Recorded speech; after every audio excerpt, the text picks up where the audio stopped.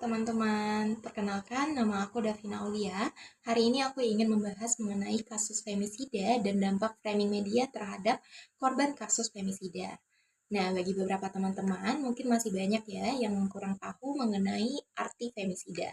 Karena femisida sendiri masih jarang sekali nih dibahas di Indonesia.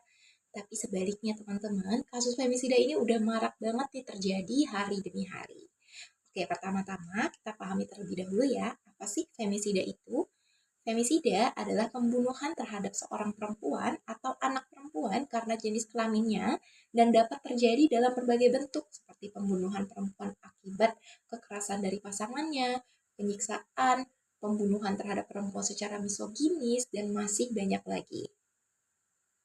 Hal ini bisa terjadi karena adanya motif gender baik secara langsung seperti kekerasan dalam hubungan intim maupun tidak langsung yaitu karena kelalaian sistematik dalam melindungi perempuan dari kekerasan.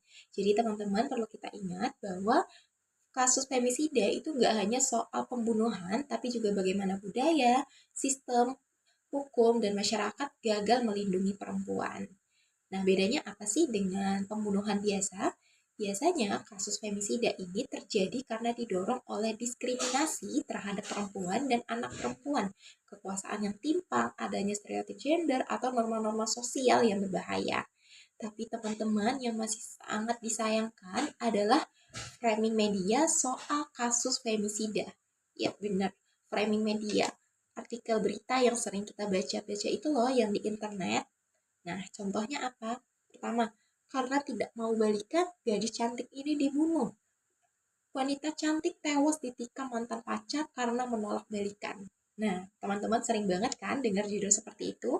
Nah, itu adalah salah satu dari sekian banyak contoh framing media yang turut mempengaruhi perilaku atau pandangan publik terhadap kasus femisida. Oke, supaya kita sama-sama paham, jadi framing media adalah cara media menyajikan sebuah peristiwa atau isu termasuk bagaimana mereka memilih kata-kata, sudut pandang, narasi, dan informasi apa yang disorot atau disembunyikan. Nah, tantangan terbesar untuk menangani kasus femisida itu macam-macam teman-teman. Mulai dari kurangnya kesadaran dan pengakuan akan istilah ini. Sementara banyak banget kasus kekerasan terhadap perempuan yang kemudian dikaburkan oleh narasi bahwa itu kan urusan rumah tangga orang lain. Itu mah gara-gara dia selingkuh, makanya pasangan yang melakukan hal seperti itu. Bahkan sampai-sampai ada yang nyalahin korban karena pakaiannya, karena sikapnya, atau karena keputusannya. Nah, media juga berperan besar dalam membentuk opini publik. Tapi sayang sekali nih, media kadang lebih memilih untuk mengeksploitasi sisi sensasional dari kasus tanpa mendorong diskusi publik tentang akar struktural ketimpangan gender yang menjadi penyebab utama. Contohnya nih, judul berita yang tadi kita bahas ya, karena tidak mau balikan, gadis cantik ini dibunuh. Nah, secara nggak langsung, hal ini menyiratkan bahwa perempuan yang melakukan penolakan terhadap mantan pacarnya itu merupakan alasan yang wajar untuk terjadi pembunuhan. Padahal itu nggak masuk akal ya teman-teman. Akibatnya apa? Akibatnya masyarakat percaya korban pantas mendapatkan kekerasan. Hal ini justru memperkuat budaya patriarki dan membuat perempuan takut untuk melapor. Jadi, femisida itu bukan hanya tindakan kriminal, melainkan juga krisis kemanusiaan yang menyasar perempuan karena jenis kelaminnya. Di balik setiap kasus pembunuhan perempuan karena kekerasan, terdapat sistem yang gagal, budaya yang permisif terhadap kekerasan, dan masyarakat yang belum cukup adil. Ditambah lagi adanya framing media yang seringkali itu malah menyudutkan korban femisida, turut membawa pandangan dan opini publik terhadap korban.